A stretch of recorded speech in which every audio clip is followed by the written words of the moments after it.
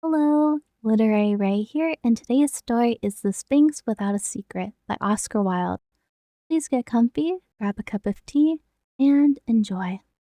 One afternoon, I was sitting outside the Café de la Paix, watching the splendor and shabbiness of Parisian life, and wondering over my vermouth at the strange panorama of pride and poverty that was passing before me, when I heard someone call my name. I turned round and saw Lord Murchison. We had not met since we had been at college together nearly 10 years before, so I was delighted to come across him again, and we shook hands warmly.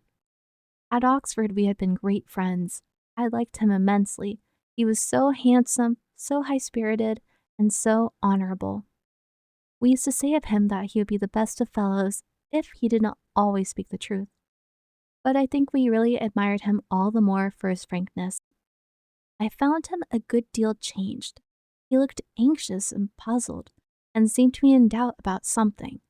I felt it could not be modern skepticism, for Murchison was the stoutest of Tories and believed in the Pentateuch as firmly as he believed in the House of Peers. So I concluded that it was a woman and asked him if he was married yet. I don't understand women well enough, he answered. My dear Gerald, I said, women are meant to be loved, not to be understood. I cannot love where I cannot trust, he replied. I believe you have a mystery in your life, Gerald, I exclaimed. Tell me about it. Let us go for a drive, he answered. It is too crowded here. No, not a yellow carriage, any other color. There, that dark green one will do. And in a few moments we were trotting down the boulevard in the direction of the Madeleine. Where should we go to? I said. Oh, anywhere you'd like, he answered. The restaurant in the Bois. We will dine there, and you shall tell me all about yourself. I want to hear about you first, I said. Tell me your mystery. He took from his pocket a little silver-clasped morocco case and handed it to me. I opened it. Inside there was a photograph of a woman. She was tall and slight, and strangely picturesque with her large, vague eyes and loosened hair. She looked like a clairvoyant and was wrapped in rich furs. What do you think of that face? He said. Is it truthful? I examined it carefully. It seemed to me the face of someone who had a secret, but whether that secret was good or evil, I could not say. Its beauty was a beauty molded out of many mysteries, the beauty, in fact, which is psychological, not plastic, and the faint smile that just played across the lips was far too subtle to really be sweet. Well, he cried impatiently, what do you say? She is the Gioconda in Sables, I answered. Let me know all about her. Not now, he said, after dinner, and began to talk of other things. When the waiter brought us our coffee and cigarettes, I reminded Gerald of his promise. He rose from his seat, walked 2 or 3 times up and down the room, and, sinking into an armchair, told me the following story. One evening, he said, I was walking down Bond Street about 5 o'clock. There is a terrible crush of carriages, and the traffic was almost stopped. Close to the pavement was standing a little yellow brougham, which, for some reason or other, attracted my attention. As I passed by there, looked out from it, the face I showed you this afternoon. It fascinated me immediately. All that night I kept thinking of it, and all the next day. I wandered up and down that wretched row, peering into every carriage and waiting for the yellow brougham, but I could not find ma belle inconnue, and at last I began to think she was merely a dream. About a week afterwards, I was dining with Madame de Rastail. Dinner was for 8 o'clock, but at 8:30 we were still waiting in the drawing room. Finally, the servant threw open the door and announced Lady Alroy. It was the woman I had been looking for. She came in very slowly, looking like a moonbeam in gray lace, and, to my intense delight, I was asked to take her in to dinner. After we sat down, I remarked quite innocently, I think I caught sight of you in Bond Street some time ago, Lady Alroy. She grew very pale and said to me in a low voice, Pray, do not talk so loud. You may be overheard." I felt miserable at having made such a bad beginning and plunged recklessly into the subject of the French plays. She spoke very little, always in the same low musical voice, and seemed as if she was afraid of someone listening. I fell passionately, stupidly in love, and the indefinable atmosphere of mystery that surrounded her excited my most ardent curiosity. When she was going away, which she did very soon after dinner, I asked if I might call and see her. He hesitated for a moment, glanced round to see if anyone was near us, and then said, "Yes, tomorrow at 5:15. I begged Madame de Rastel to tell me about her, but all I could learn was that she was a widow with a beautiful house in Park Lane, and as some scientific board began a dissertation on widows, as exemplifying the survival of the matrimonial fittest, I left and went home. The next day, I arrived at Park Lane punctual to the moment, but was told by the butler that Lady Alroy had just gone out. I went down to the club, quite unhappy and very much puzzled, and after long consideration wrote her a letter asking if I might be allowed to try my chance some other afternoon. I had no answer for several days, but at last I got a little note saying that she would be at home on Sunday at 4, and with this extraordinary postscript: "Please do not write me here again. I will explain when I see you." On Sunday she received me and was perfectly charming, but when I was going away she begged of me, if I ever had occasion to write her again, to address my letter to Mrs. Knox, care of Whittaker's Library, Green Street. "There are reasons," she said, "why I cannot receive letters in my own house." All through the season I saw a great deal of her, and the atmosphere of mystery never left her. Sometimes I thought that she was in the power of some man, but she looked so unapproachable that I could not believe it. It was really very difficult for me to come to any conclusion, for she was like one of those strange crystals that one sees in museums, which are at one moment clear and at another clouded. At last, I was determined to ask her to be my wife. I was sick and tired of the incessant secrecy that she imposed on all my visits, and on the few letters I sent her.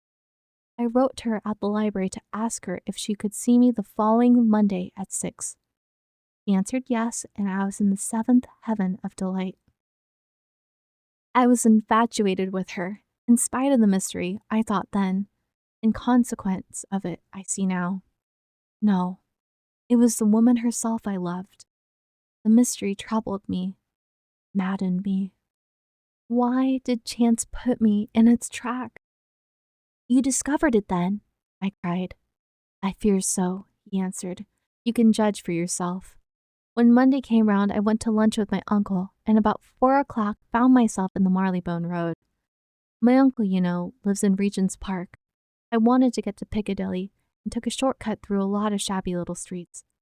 Suddenly, I saw in front of me Lady Alroy, deeply veiled and walking very fast. On coming to the last house in the street, she went up the steps, took out a latchkey, and let herself in. "Here is the mystery," I said to myself, and I hurried on and examined the house. It seemed a sort of place for letting lodgings. On the doorstep lay her handkerchief, which she had dropped. I picked it up and put it in my pocket. Then I began to consider what I should do. I came to the conclusion that I had no right to spy on her, and I drove down to the club. At 6, I called to see her. She was lying on a sofa in a tea gown of silver tissue looped up by some strange moonstones that she always wore. She was looking quite lovely. "I am so glad to see you," she said. "I have not been out all day." I stared at her in amazement, and pulling the handkerchief out of my pocket, handed it to her. "You dropped this in Cumnor Street this afternoon, Lady Alroy," I said very calmly. She looked at me in terror, but made no attempt to take the handkerchief. "What were you doing there?" I asked. "What right do you have to question me?" she answered.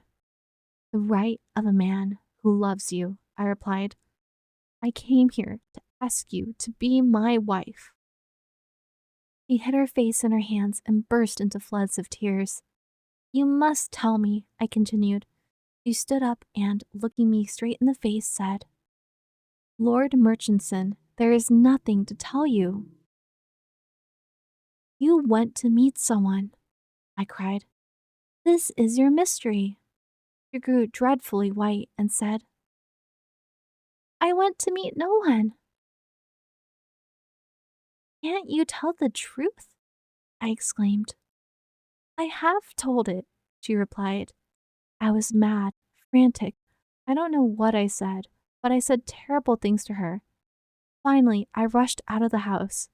She wrote me a letter the next day. I sent it back unopened and started for Norway with Alan Colville. After a month, I came back, and the first thing I saw in the Morning Post was the death of Lady Alroy. She had caught a chill at the opera and had died 5 days of congestion of the lungs. I shut myself up and saw no one. I had loved her so much. I had loved her so madly. Good God, oh, I had loved that woman. "You went to the street, to the house in it," I said. "Yes," he answered. "One day I went to Cumnor Street. I could not help it.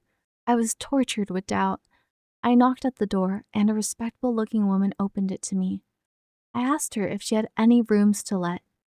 "Well, sir," she replied, "the drawing rooms are supposed to be let, but I have not seen the lady for 3 months, and as rent is owing on them, you can have them."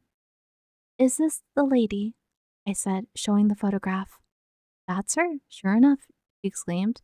"And when is she coming back, sir?" "The lady is dead," I replied. "Oh, sir, I hope not," said the woman. "She was my best lodger. She paid me 3 guineas a week merely to sit in my drawing rooms now and then." "She met someone here," I said, but the woman assured me that it was not so, that she always came alone and saw no one. "What on earth did she do here?" I cried. "She simply sat in the drawing room, sir, reading books and sometimes had tea," the woman answered. I did not know what to say, so I gave her a sovereign and went away. Now, what do you think it all meant? You don't believe the woman was telling the truth?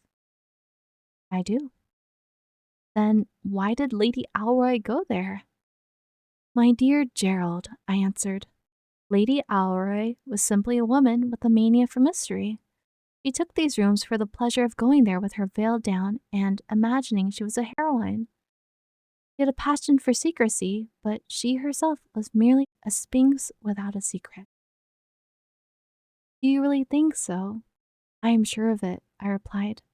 He took out the morocco case, opened it, and looked at the photograph. "I wonder," he said at last. And that is the end of today's story.